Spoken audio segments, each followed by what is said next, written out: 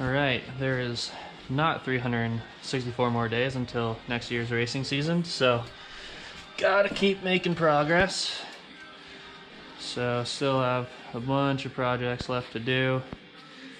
And yeah, gotta keep going. I want to start this thing up, bring it to temperature, do a compression test, and send out some oil to get tested, just to find out the health of this thing. I got this engine out of the junkyard. I got lucky. This has what I found out to be right around 100,000 miles on it, give or take. It was super clean, and it's been in the car for a little over a year. Bunch of track days on it, bunch of autocrosses, no issues so far, so super good. But yeah, still would just like to know, and also give me an idea of if I should be running a different oil for the type of driving that I've been doing. I've just been trying to run like a premium grade synthetic oil that you can get anywhere, at an OW40, so just a little bit thicker for track abuse. But so yeah, let's do it.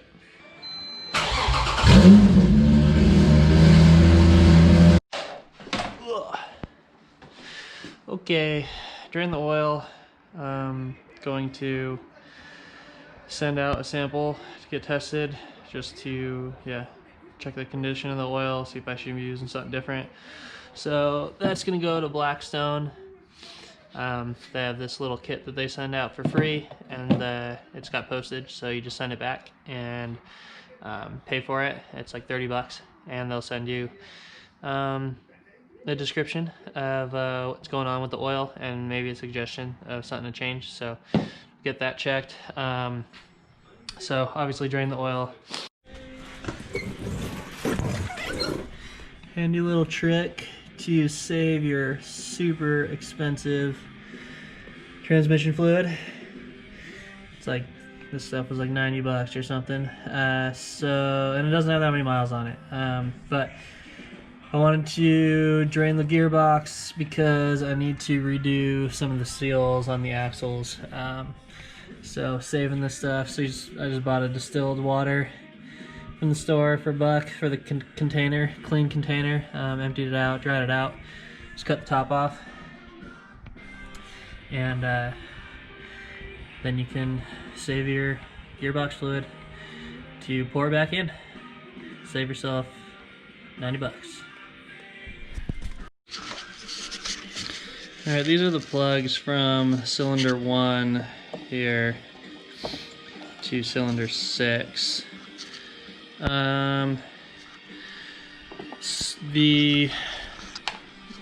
This side, whatever bank that is, I forget, they all have a little bit of oil in there. I did all the seals and everything, so that's a little annoying. It's not a lot, there was just a little bit sitting there, so I don't know if it has to do with the orientation, the engine, or something like that. I did feel like, as far as plugs go, 1 and 2 are maybe a little bit lean compared to the rest, but not bad. So I don't know, I was thinking about sending the injectors off to get cleaned for peace of mind. I think it's like $100. I mean, I got the engine for 300 bucks, but it was a lucky find, so it's probably worth doing. So I might take the injectors out just to get them cleaned, since I really don't have much of a clue, and some of these plugs are a little bit different in color. But yeah, nothing super concerning. Alright, updates. Cut a giant hole in the hood. This guy is not in there yet. It's a little cold for Utah for gluing and stuff, but yeah, ground down the lip. I actually probably have to do a little bit more. It's my hole. I think it came out pretty good actually. I left a little bit of room in the front. I didn't cut it as deep, and I moved it forward a little more than I've seen like Mike and John Toe do. But I was pretty happy with it. This is like as far forward as it is, and you can see that it kind of matches up with the front seal pretty good. The only thing I'm not positive on is these guys. So they won't fit with it like this. I can't move it forward anymore. And obviously I could push it back, and that's kind of how Mike and John had theirs. But then obviously I just got to cut more off the side here, and I don't know, I was hoping to see if I could fit it, and it's pretty close, you know? So I don't know, if you have an opinion, let me know what you think. I won't be able to paint and permanently install this until the spring when it gets warmer, so I've got time to figure that out, but at least that's done. Next up is Radiator. This bracket is on its way to falling off anyway. So I think I'm just gonna chop it and come up with my own new system for the radiator to tilt it for our hood vent. But yeah, and I think I'm gonna go body color, paint it white, have it blend in a little bit more. I kind of like the all white hood, so yeah, I think that's the plan.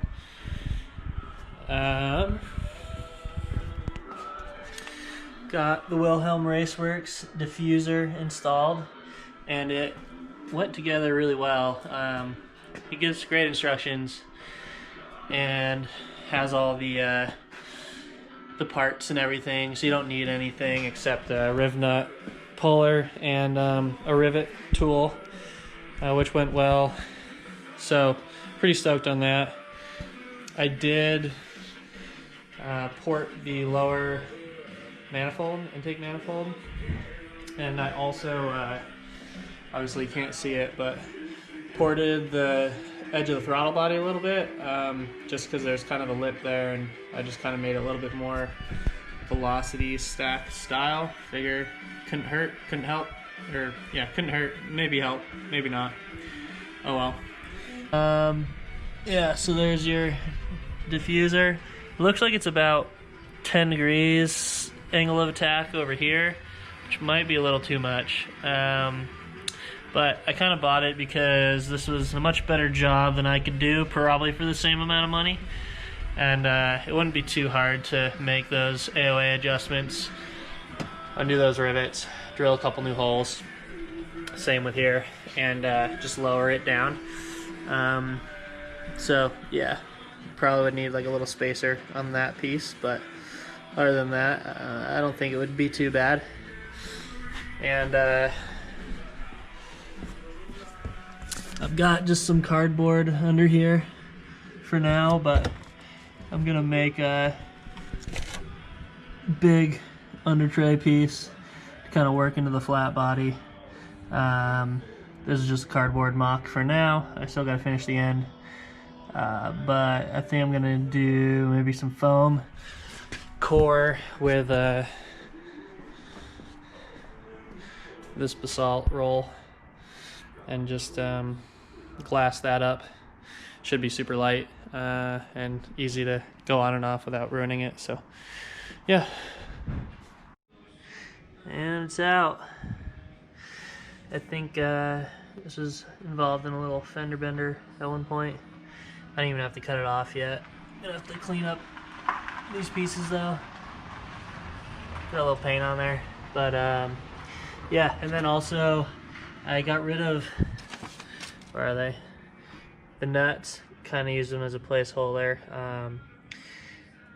A few people mentioned it probably wasn't the best idea, and I didn't really feel that way either. So I ended up just purchasing some 1/2-inch aluminum block and like made some spacers out of those. So yeah, feel better about those.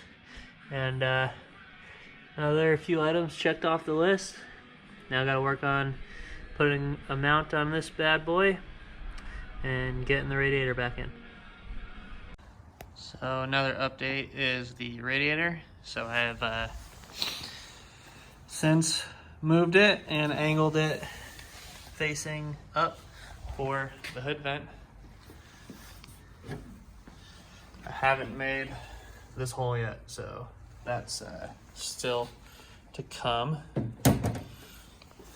But yeah, I ended up using some riv nuts up there, and I've made a bracket for the rear of it. But yeah, so now that's set up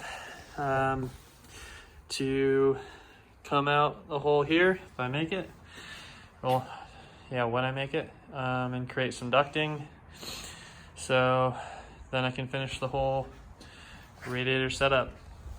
I did have to move the crash bar forward a little bit. I kind of notched the brackets out just because it was gonna hit here.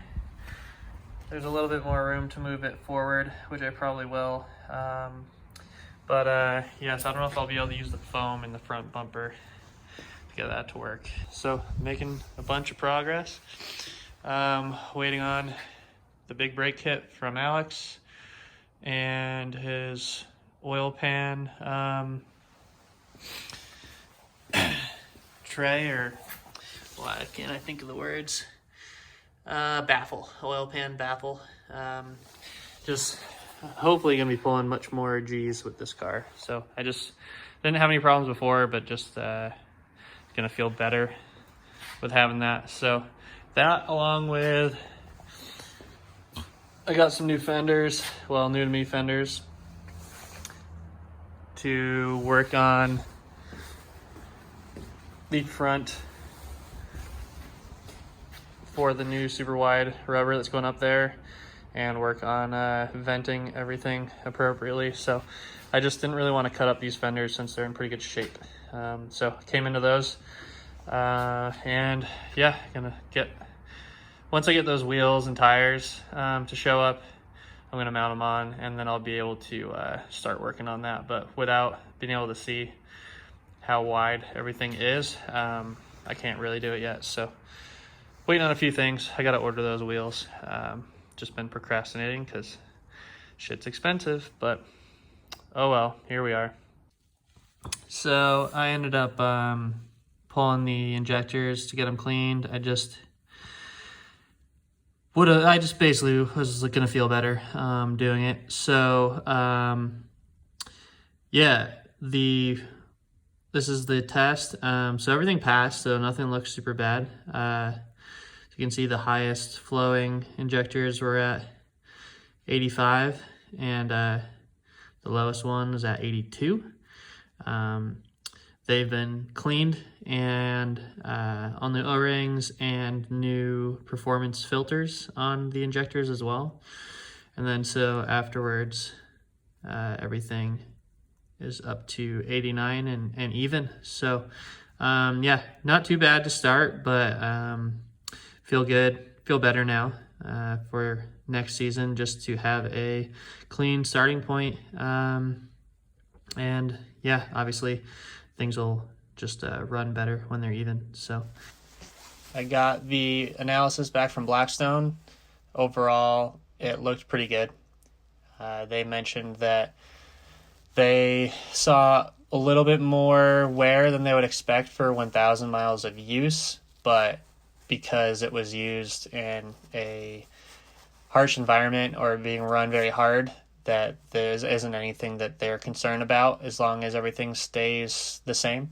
So when I used to race dirt bikes, we'd change the oil after every race. So I did a few races on this oil. I assumed it was probably around 1,000 miles, but it saw a lot of wide open throttle. So I feel pretty good about it.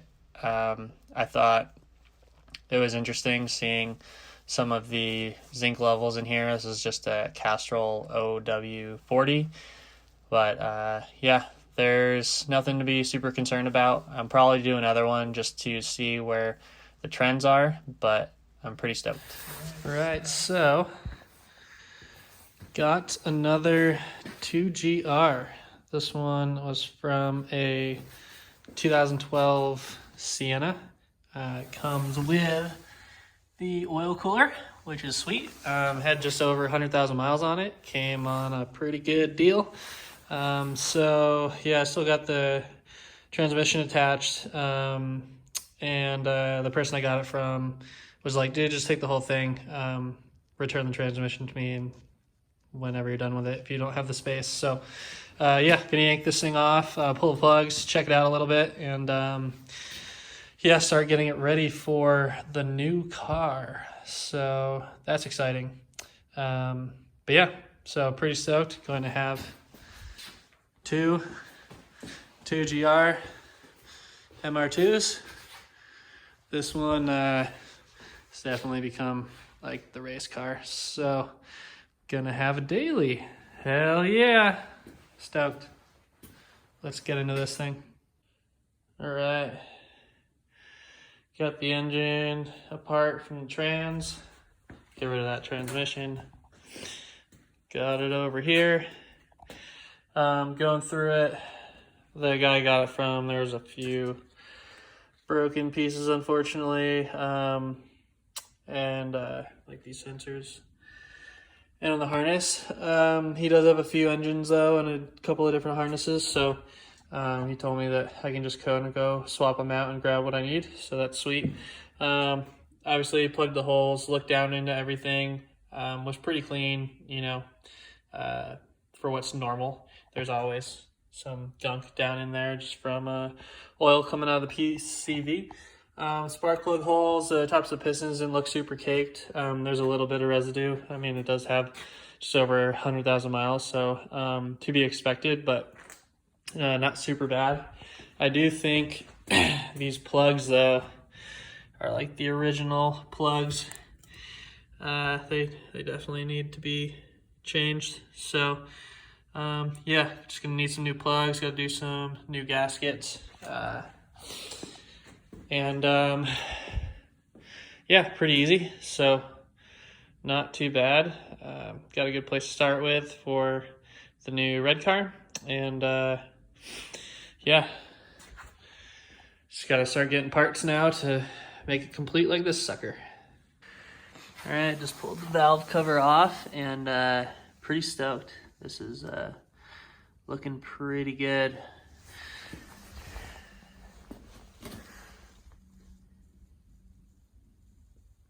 Pretty clean in here.